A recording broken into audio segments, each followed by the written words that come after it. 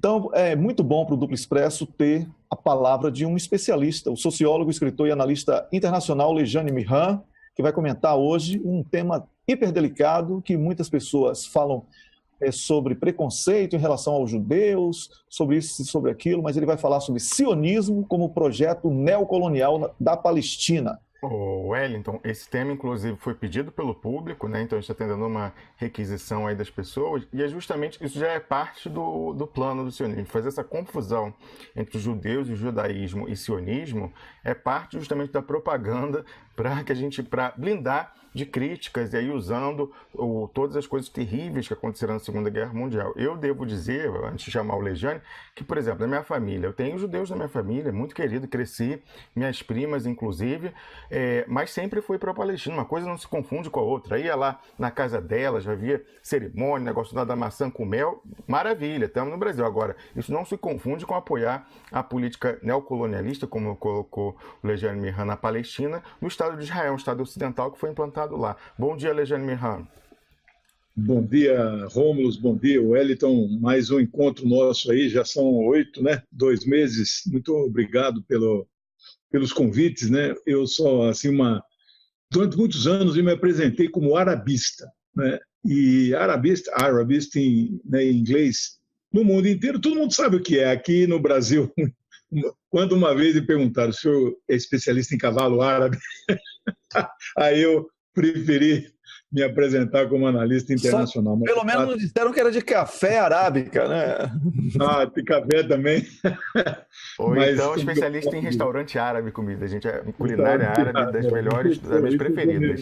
Culinária árabe, mas então analista internacional. O tema de hoje é não só complexo, mas ele é sensível, ele é delicado, né?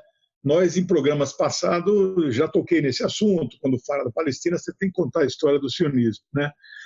Mas hoje eu preparei assim, um roteiro melhor, sempre naquela linha de resumir a história, como sempre pede o Wellington, e focar mesmo nas questões principais. Trouxe alguns livros assim para mostrar, para apresentar como apoio, né? Hoje, esse tema Israel é um assunto hiperdelicado. Eu diria hoje que Israel, quando a gente fala nem todo judeu é sionista, é verdade, né?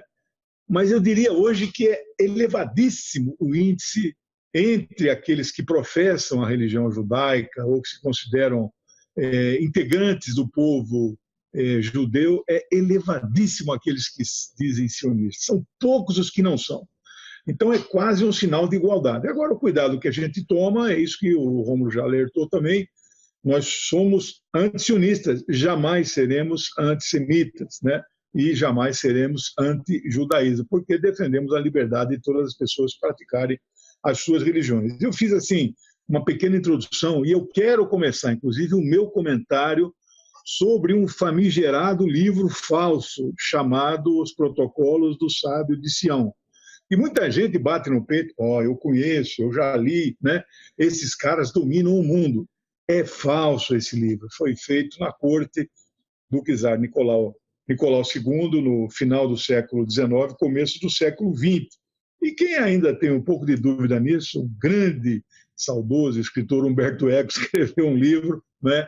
O Cemitério de Praga, onde ele descreve um dos personagens falsários que fez o livro. Não, então eu vou fazer assim, eu vou falar um pouco da história da Palestina e mencionar 2 aspectos principais que não tem como não mencionar, que mostram essa questão da criação do Estado de Israel e a origem do sionismo, né? Um é o Acordo Sykes-Picot, né, que foi estabelecido antes mesmo do final da Primeira Guerra Mundial, em 1916, que dividiu o Oriente Médio entre eles. E um ano depois, em 1917, a Declaração Balfour. James Arthur Balfour mandou uma carta para Lord Rothschild, da família dos banqueiros financistas que dominam os bancos centrais do mundo inteiro, inclusive o Federal Reserve, né? Ben Bernanke, né? O presidente anterior do Federal Reserve, é judeu e é sionista, né? Não há nenhuma... E quero dizer o seguinte, contar um pouco esse sionismo moderno, as várias correntes, as várias especificações, e falar de um tipo específico de sionismo talvez mais nefasto que o sionismo judaico, que é o sionismo cristão, né? E quem criou provavelmente essa denominação foi Noam Chomsky, um dos grandes também especialistas em geopolítica internacional. Bom, e aí começando com os nossos mapinhas, né? Esse aqui é o mapa da Palestina na época de Jesus, né?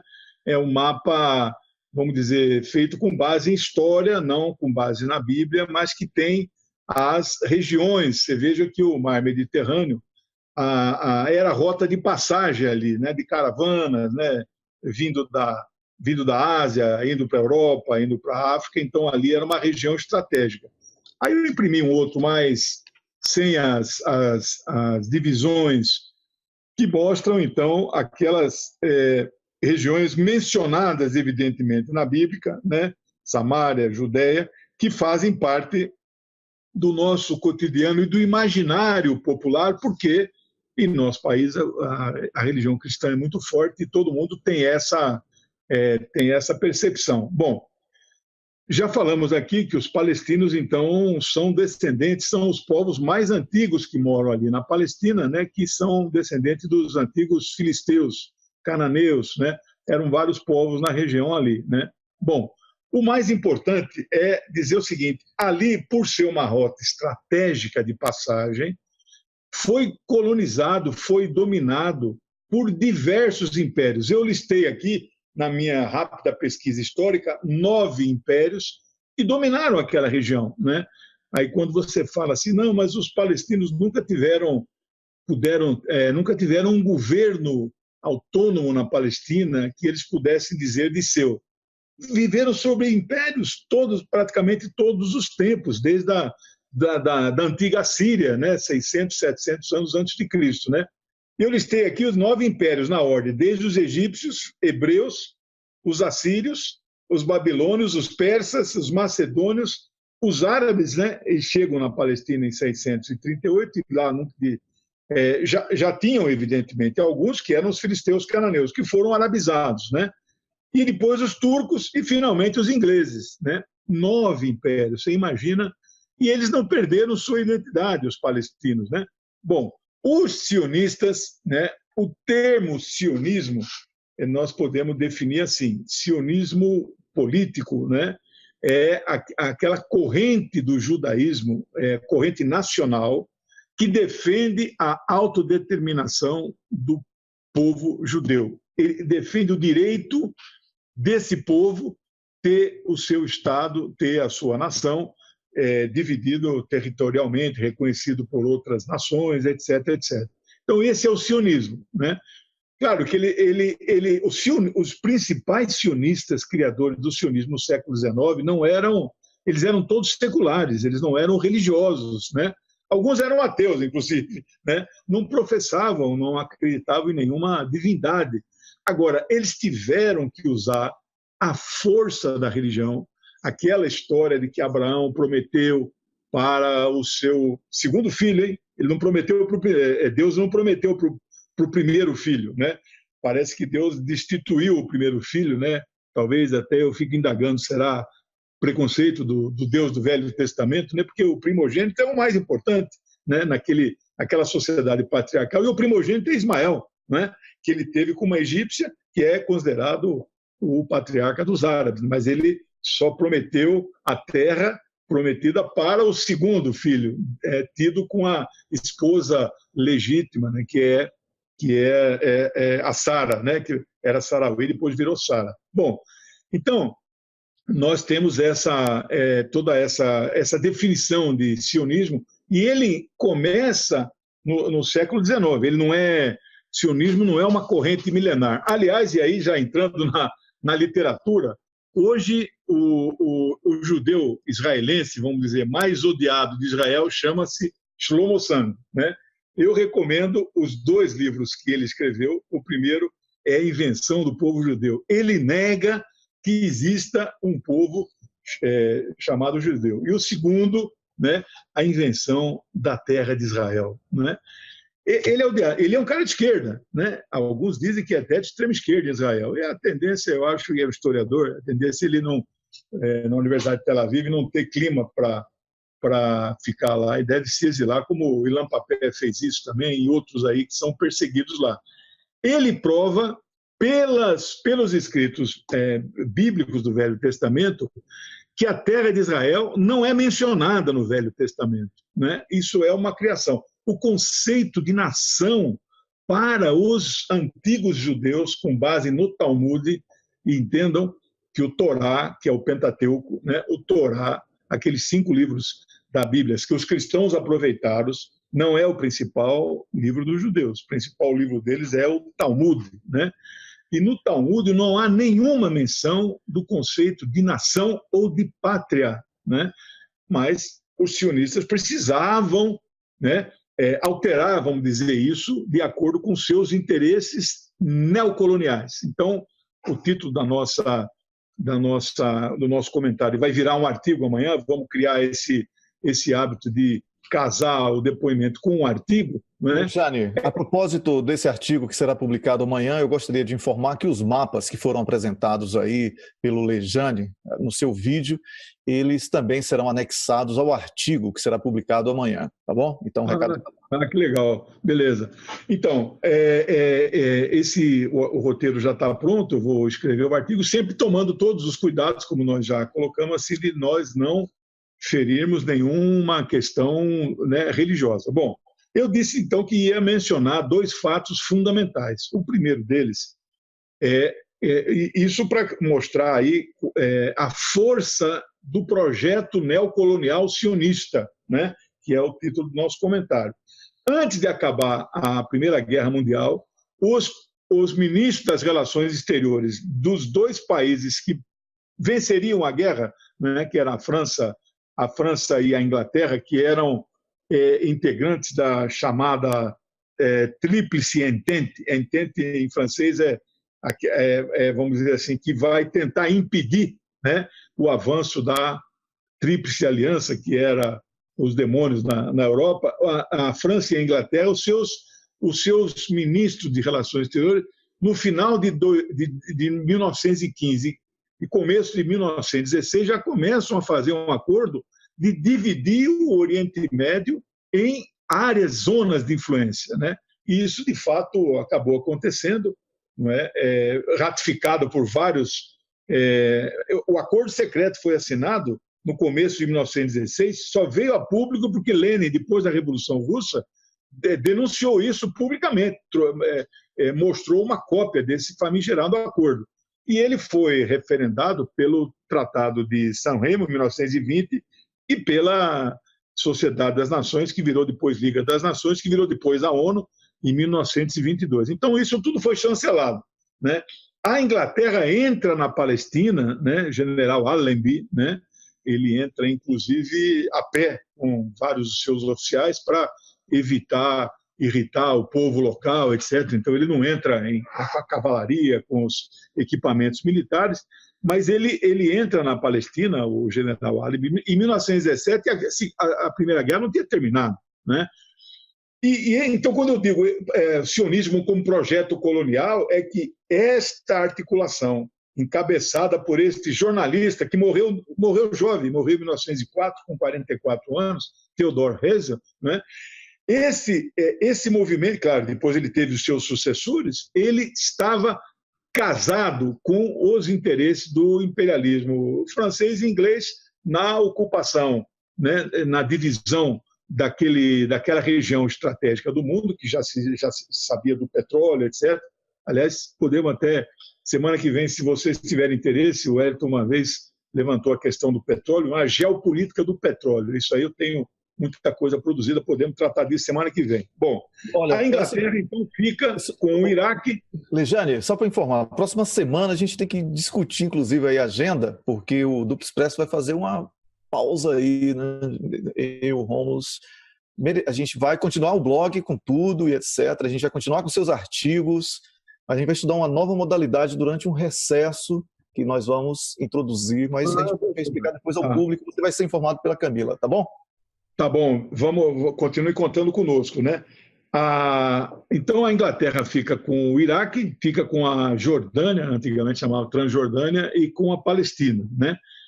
e a França fica com a Síria e com o Líbano. Isso é o espólio. A segunda questão também que não dá para deixar de mencionar é uma famigerada carta assinada no dia 2 de novembro de 1917, 5 dias antes da Revolução Russa, que foi 7 de novembro pelo calendário novo, 25 de outubro pelo velho, pelo ministro das Relações Exteriores da Inglaterra, Lord Balfour, onde ele promete, ele manda uma carta para o líder dos sionistas na Inglaterra, que era Lord também Rothschild, que era dono da casa bancária Rothschild, né?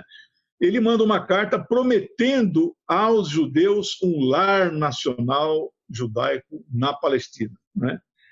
E essa carta cai que nem uma bomba entre os palestinos e entre os povos árabes de um modo geral, né? Bom, o Congresso que chancela o programa sionista... Desculpa interromper, só lembrando que nessa declaração Balfour, ele fala que o governo, na qualidade, né, de secretário, ele fala que o governo britânico vê com bons olhos a migração dos judeus da Europa para a Palestina. Então, realmente, era a potência colonial ali e fala, venham que a gente está vendo com bons olhos, um incentivo à colonização. E não tem dúvida. E a Inglaterra ajudou muito, não é? Então, você veja, há muitos artigos que mostram, veja, essa questão que a perseguição do Hitler, do nazismo, do fascismo na Europa aos judeus, esta perseguição é amplamente documentada, baseada, não há que se negar isso, ainda que alguns historiadores, chamados negacionistas, neguem o tal do Holocausto, né, a tal da solução final.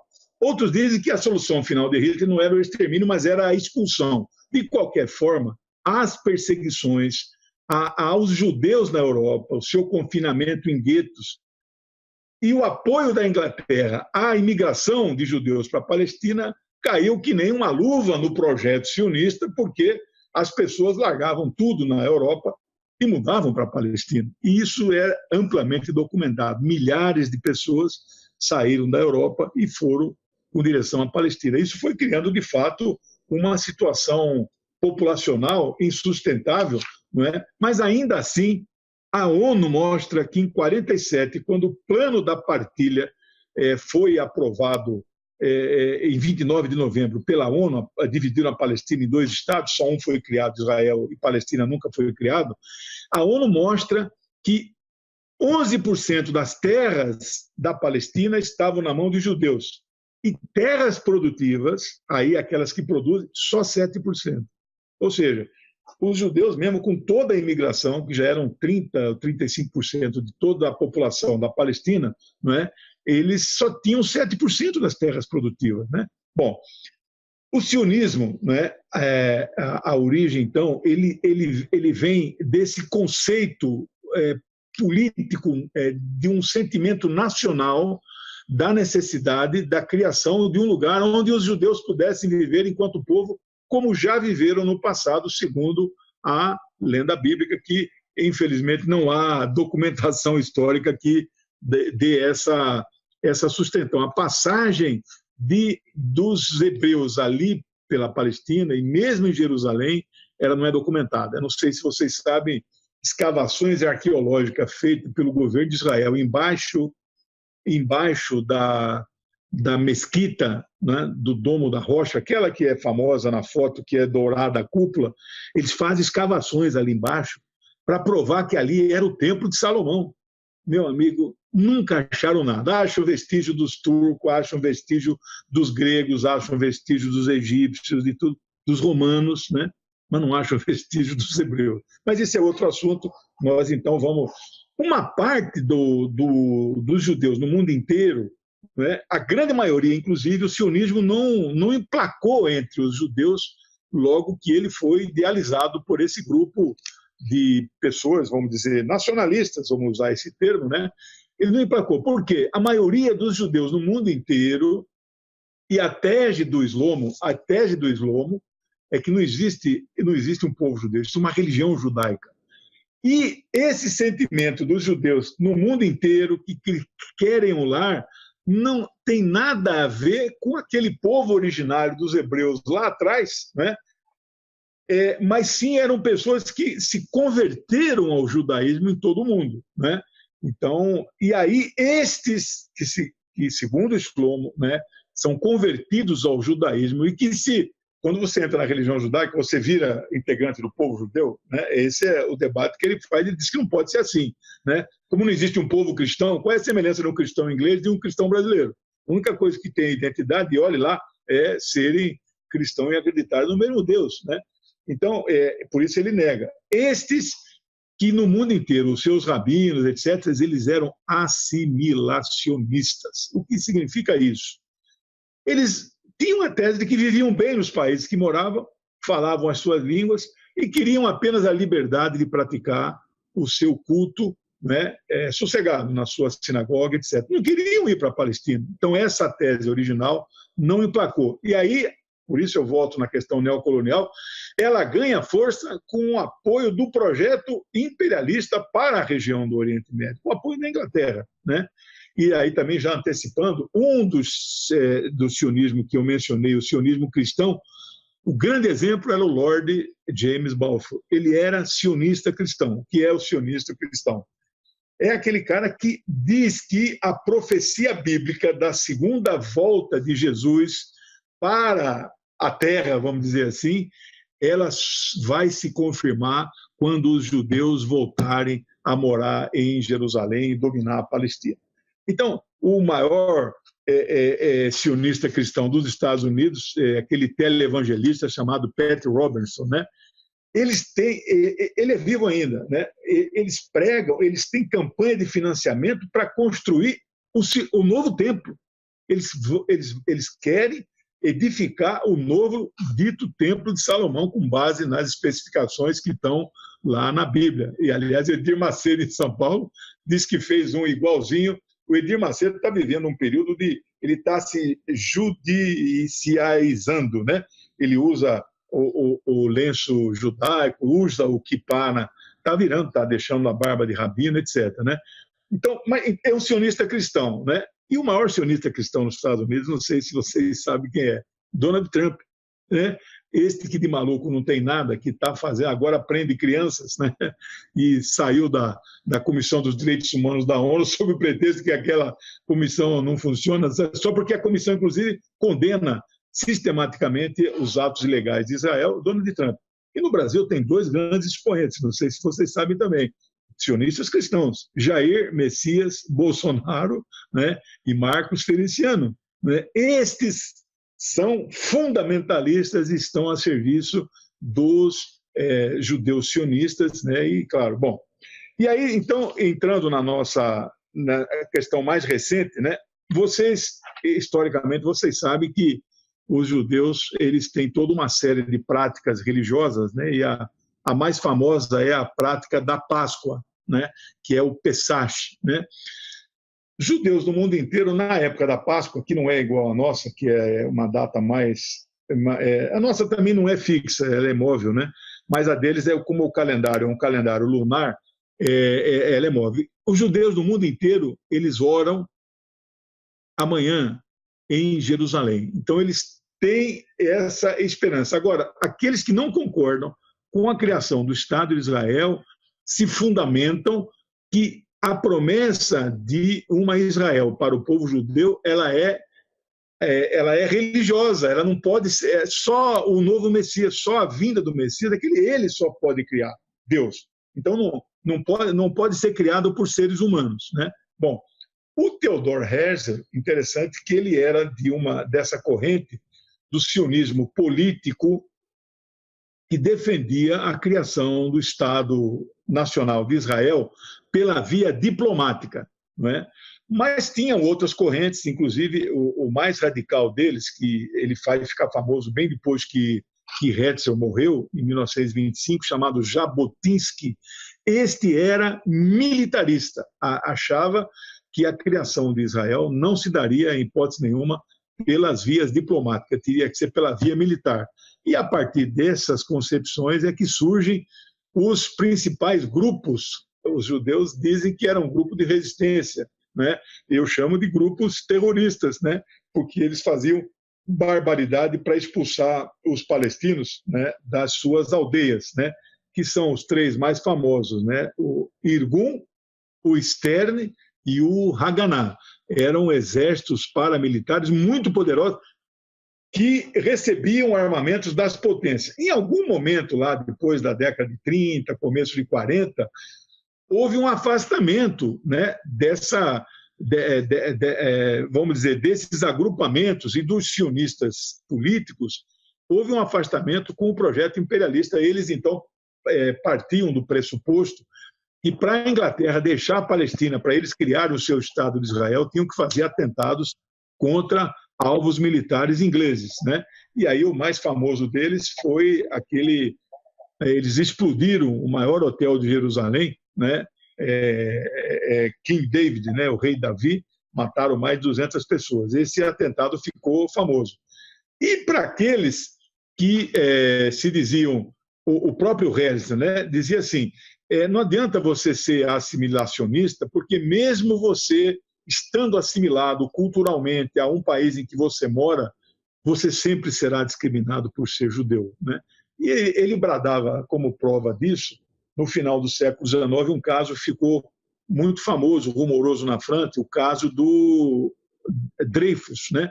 Ele era um capitão do exército francês, que judeu, né, de origem judaica, judeu, praticante, etc., que foi acusado de ser espião, de passar informações militares para os alemães, havia rivalidade entre França e Alemanha, isso antes da Primeira Guerra, inclusive, né? Foi julgado, foi expulso, né? Aquela solenidade de retirar né, as insígnias, né, do seu posto militar. Ele depois foi anistiado, está enterrado no cemitério de Montmartre, na França, é famoso, né, onde estão os heróis, etc. Mas o Herzl falava assim, olha, está aí a prova, que vocês não adianta se assimilar, vocês têm que ir morar num país que seja chamado de nosso, né? E aí nada contra aquela coisa de se apoiar na promessa de Deus, né, que falava de terra prometida, nada contra que Deus prometa a terra para o seu povo. Só não pode prometer a terra onde moravam os meus ancestrais, onde moravam... Havia um povo, né? Aliás, um dos maiores mitos do sionismo, né, era que era preciso dar para um povo sem terra uma terra que não tinha povo. Essa era a maior mentira. Começo do século XX, moravam 700 mil palestinos na Palestina, né? Bom, e aí, então, chegando... Lejane, eu só queria lembrar que nós temos 1 minuto para a conclusão, mas o artigo é publicado. Então, vou dar uma corrida aqui, né? Uhum. Havia uma corrente chamada sionistas socialistas, né, que gerou depois o Partido Labour, Partido Trabalhista Inglês, né? O sionismo, esse do Jabotinsky, que é o chamado sionismo revisionista, que ele então modificava essas correntes socialistas, discordava, os socialistas chegaram a ser maioria no Congresso, no 18º Congresso Sionista, em 1930. Ele discordava disso, né? E ele volta então ao fundamentalismo de Theodor Herzl, né? E aí, para concluir, então, eu quero dizer assim as conclusões finais sobre o sionismo no momento atual. Eles hoje controlam todo o sistema financeiro internacional a partir dos bancos centrais mais importantes do mundo, na Europa e nos Estados Unidos. Eles, nos Estados Unidos, controlam 95% da mídia dos Estados Unidos.